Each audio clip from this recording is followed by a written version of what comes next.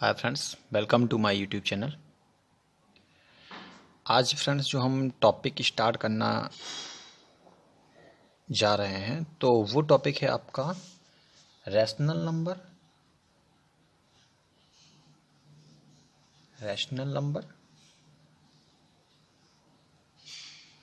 And irrational number.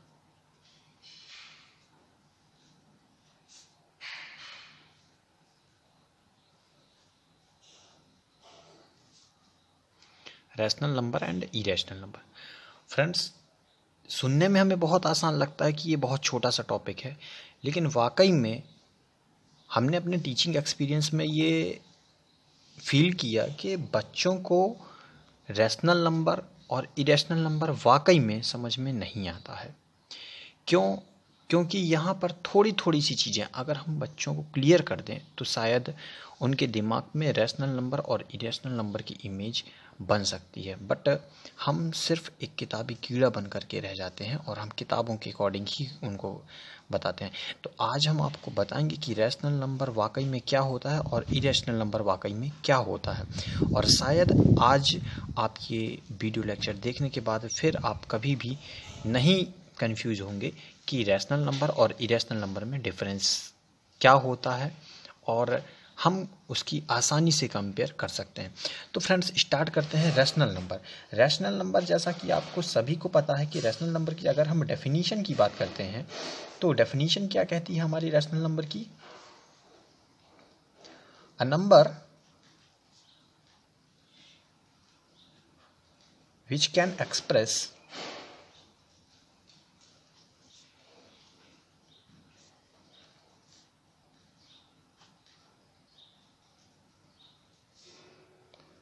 in a fraction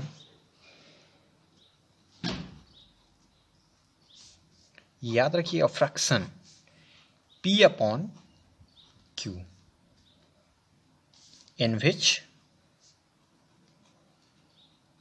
p and q both are integer. p and q both are integer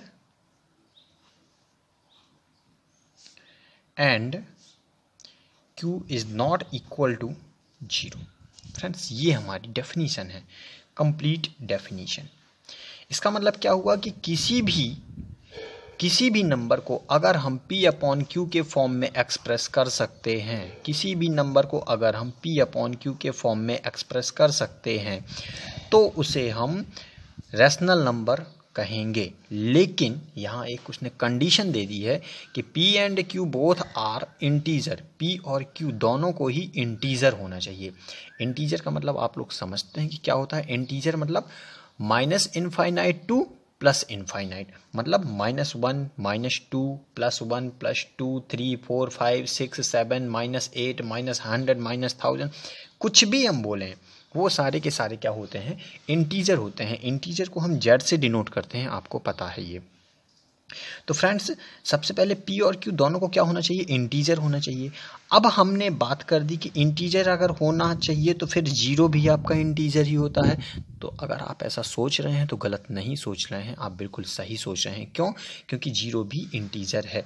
लेकिन हमने पहले ही बताया कि हमने यहाँ कंडीशन दे दी है। कंडीशन हमने क्या दी है कि q is not equal to 0। केवल q को 0 नहीं होना चाहिए, मतलब डिनोमिनेटर आपका 0 नहीं होना चाहिए, हर आपका 0 नहीं होना चाहिए। क्यों?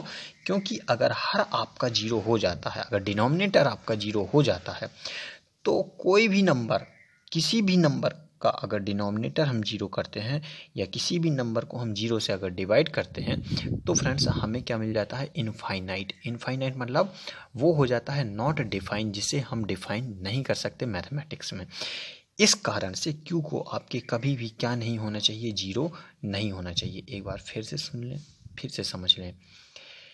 A number which can express in a fraction p upon q, एक नंबर जिसे हम p अपॉन q के फॉर्म में एक्सप्रेस कर सकते हैं, जहां p और q दोनों ही इंटीजर होंगे, लेकिन q आपका कभी भी 0 के इक्वल नहीं होगा। q is not equal to zero, Q आपका कभी भी जीरो के इक्वल नहीं होगा। इस कंडीशन पर हम बोलेंगे कि वो जो नंबर है आपका वो आपका क्या है, रैशनल नंबर है। फॉर एग्जांपल हमने लिख दिया 2, तो 2 क्या है आपका, रैशनल नंबर। क्यों? क्योंकि इसके अपॉन में कुछ नहीं है तो हम क्या लिख सकते हैं, 1 लिख सकते हैं। जस्ट लाइक 1/3 ये क्या है आपका, रैशनल नंबर। क्यों? क्योंकि इसका न्यूमरेटर आप देख रहे हैं 1 भी एक क्या है, इंटीजर है, 3 भी एक क्या है, इंटीजर है।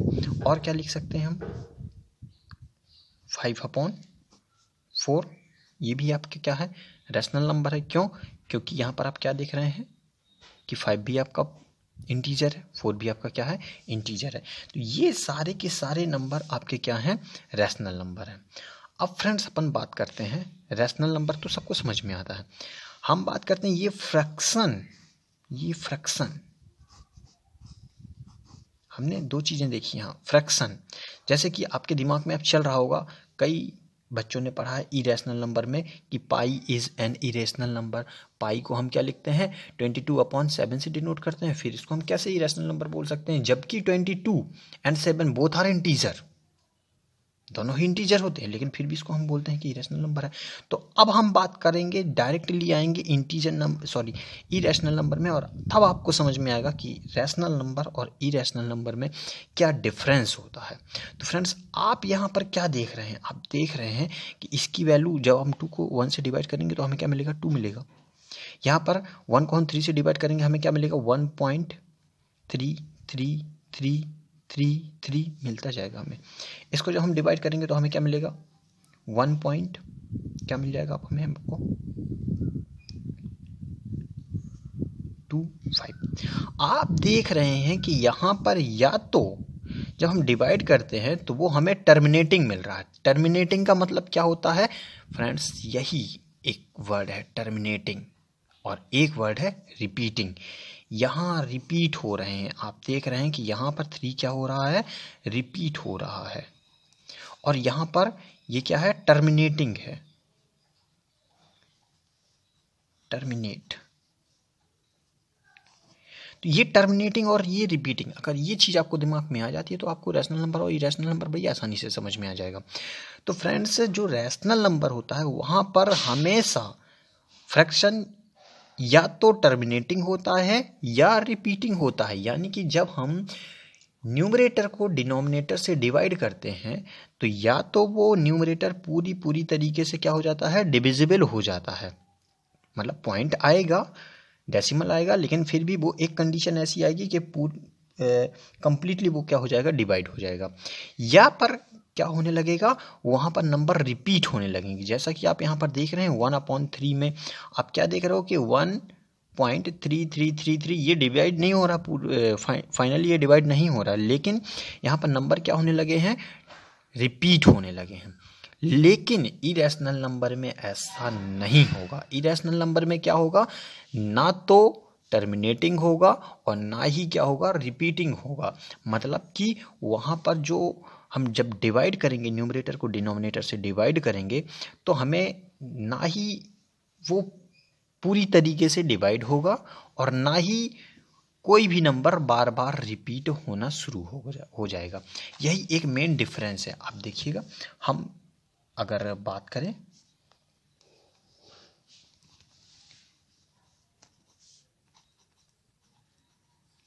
Irrational number, it cannot be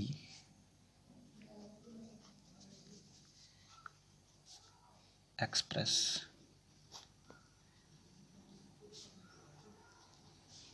in form of P/Q.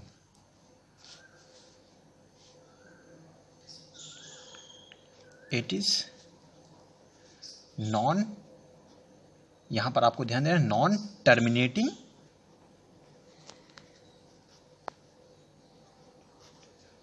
और नॉट रिपीटिंग।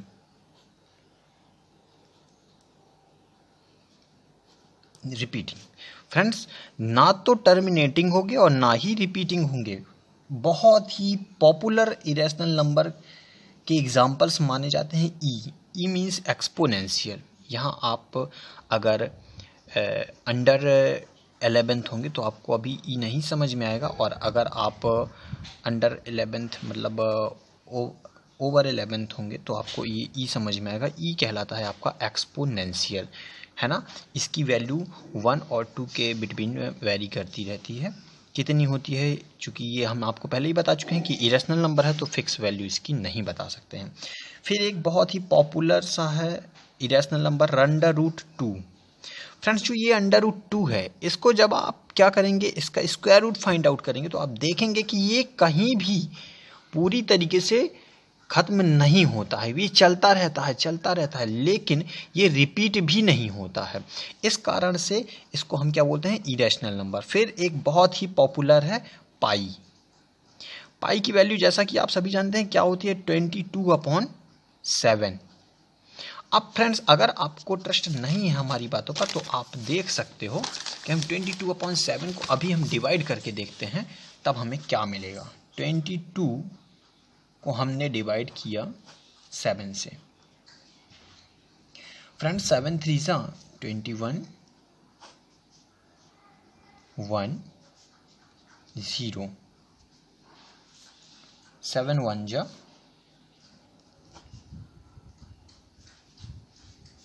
0,